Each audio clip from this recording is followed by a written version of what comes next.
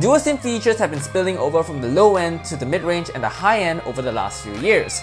But not all dual SIM features are made the same. There are different connectivity modes, variants, and form factors. Let's dive in, shall we?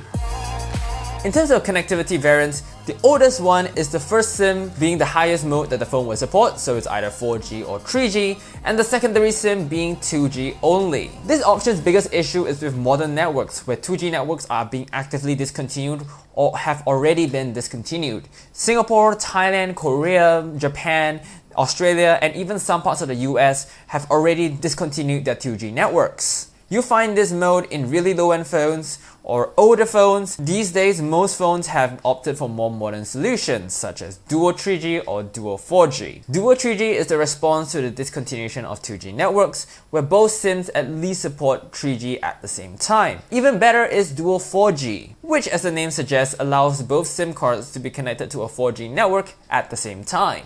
This is a useful feature, as while 3G networks are not being discontinued right now, they are actively being phased out in favor of 4G, not only for the data backend, but also for calls and texts. Heck, some carriers such as Jio in India, Yes4G in Malaysia, or TPG here in Singapore are a 4G only network with no 3G or 2G towers. And in such cases, dual 4G is super useful. For a phone to support dual 3G or 4G, the phone's manufacturer, the phone's chipset, and the phone's modem must support it. There have been cases where a phone manufacturer will release a software update to bring dual 3G or 4G support to that phone after its release, but the phone's chipset must support it first, and it depends if the manufacturer is interested in releasing a software update for it. So don't assume just because a phone has a certain chipset means it will support dual 4G. The best way to check what your phone supports is to just go on the manufacturer's website and check the specifications. Typically, they will state it there, but if not, you can usually Google and find it out yourself.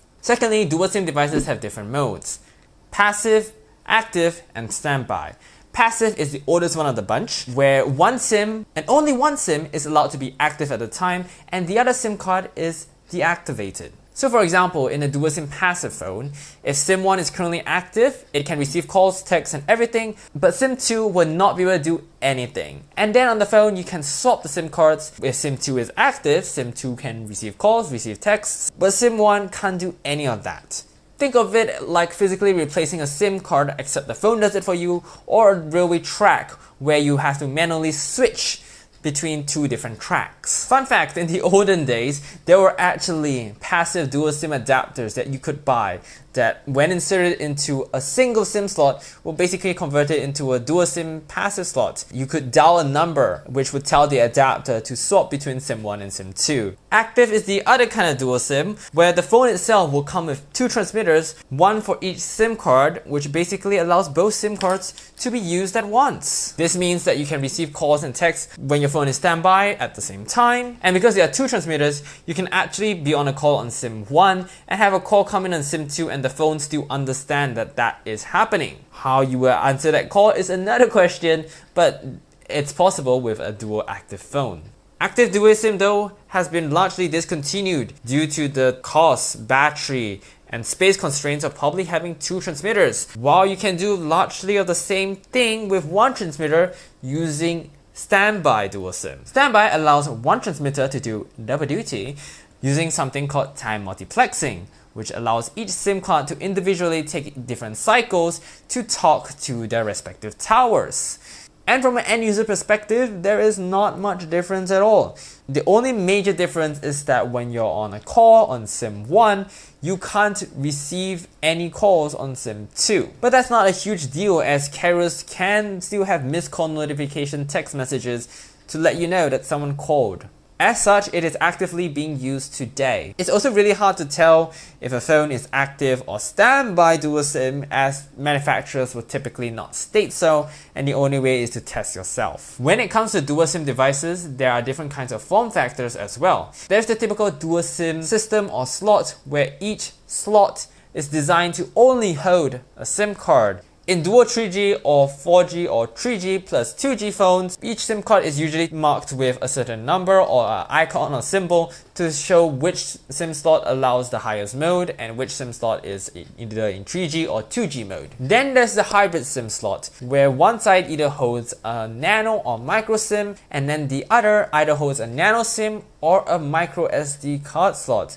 This is sometimes also known as 3 choose 2, SIM card, micro SD, and you're forced to choose 2 out of this 3. With the trend a few years ago moving out of removable batteries, slots started moving from behind batteries to the side. And because side slots take up a lot of space, a lot of manufacturers just decided to opt for this design and increase durability and save space. And I guess encouraged you to buy higher storage phones in the first place. And it grew extremely popular among phones as it was a pretty good compromise between having a micro SD card slot and dual SIM. That being said, the original form factor is coming back, especially when it comes to budget phones, so yay! If you need both micro SD and dual SIM on a hybrid SIM slot phone, there are adapters out there that can kind of help you out, where they basically like smoosh the micro SD card and SIM connectors onto one little piece and then have them external. It's not recommended obviously as it could damage your phone, and while 90% of phones will support it, there are some phones such as Samsung phones on Oreo or later that don't, so be aware of that. However, there is a new form factor trend when it comes to dual SIM technology, and that is the physical SIM slot plus a virtual SIM slot. The person who kind of started it all is Apple with the 2018 iPhones, most of which has one physical SIM slot and the other virtual SIM that can be registered either by downloading an app or scanning a QR code from the carrier. This is not the first time we have seen virtual SIMs though.